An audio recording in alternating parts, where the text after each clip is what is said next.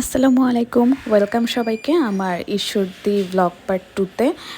এখানে আমি দেখাবো সেদিন যাওয়ার পরে আমাদের সাথে কী কী হয়েছে, কী কী খেয়েছি। যারা আমার ফার্স্ট ব্লগ দেখেননি, এটা পার্ট 1টা, তারা আমার পিন কমেন্টে যেয়ে দেখে নেবেন। তো দেরি না করে চলুন শুরু করে ফেলি। তো আমরা সেদিন রাত না, সন্ধ্যার দিকেই আমরা ঈশ্বরদী যেয়ে পৌঁছাই, ভাবিদের বাসায় চলে যাই। এটা ছিল ভাবিদের বাসা। আমি এখানে হুমায়রার সাথে দুষ্টামি করতেছিলাম। হুমায়রা ওই ভাইরাল কানটুপি কিনছে, আমি বলতেছিলাম এটা আমাকে দিয়ে দাও। ভাবিরা প্রচুর নাস্তা দেয় আমাদেরকে।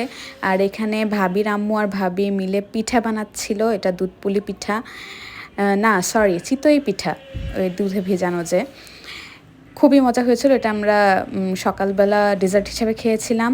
এখানে আন্টি ওই চালের গুঁড়াটা মিক্স করছিল। এই ভিডিওটা আমি শেয়ার করে রেখেছি, চাইলে আমার পেজ থেকে দেখে নিতে পারেন।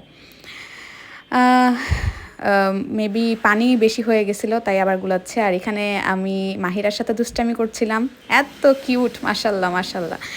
আর আমরা এখানে আমাদের গাড়ি আর কি রাখছিলাম একটা গ্যারেজে, এটা ভাবির কোন মামা বা চাচার গ্যারেজ। আমরা এখানে গাড়িটা পার্ক করতেছিলাম, কারণ যেহেতু রাত হয়ে গেছে, আমরা এখন কোথাও যাব না। আর এত কুয়াশা ছিল বাহিরে, কুয়াশাগুলো উত্তরবঙ্গের শীত তো সবাই জানে। আমি হাত মোজা পা মোজা পরে, এই যে আমি কতগুলো পরছি, এতগুলো পরেও আমার ঠান্ডা কোনোভাবেই কমতেছিল না, আমি লিটারালি কাঁপতেছিলাম এত। আর এর মধ্যে আমার হাজব্যান্ড এমন ফাজিল, ও করছে কি, আমাকে এক জঙ্গলের মধ্যে বলছে কি আসো তোমার ছবি তুলে দে, এই জঙ্গলের মধ্যে আমাকে নিয়ে রেখাও আয়সা করছে। কী পরিমাণের ফাজিল দেখেন।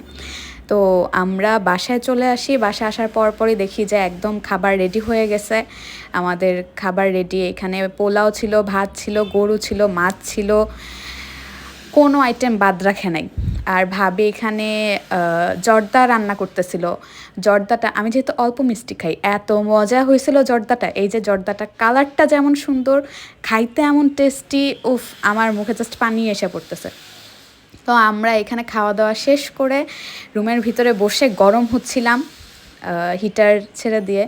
আর আমি বারবার হুমায়রাকে বলছিলাম আমাকে এটা দিয়ে দাও, এটা দিয়ে দাও, বাট নাসর বান্দা, সে দিবে না, ওর বাবা ওকে কিনে দিছে, তাইও দিবে না। তো একটা মজার জিনিস দেখছি, মাহিরা কিন্তু খুব ছোট ছিল, এখনও 6 মাসে পড়ছে, এখনও হাত ধরতে জানে। আর ধরলে যখন আর কি ছাড়াতে যাই হাতটা, তখন এত শক্ত করে মাশাল্লাহ ধরে, আমার এত ভালো লাগে। কেউ কিন্তু মাশাল্লাহ বলতে ভুলবেন না।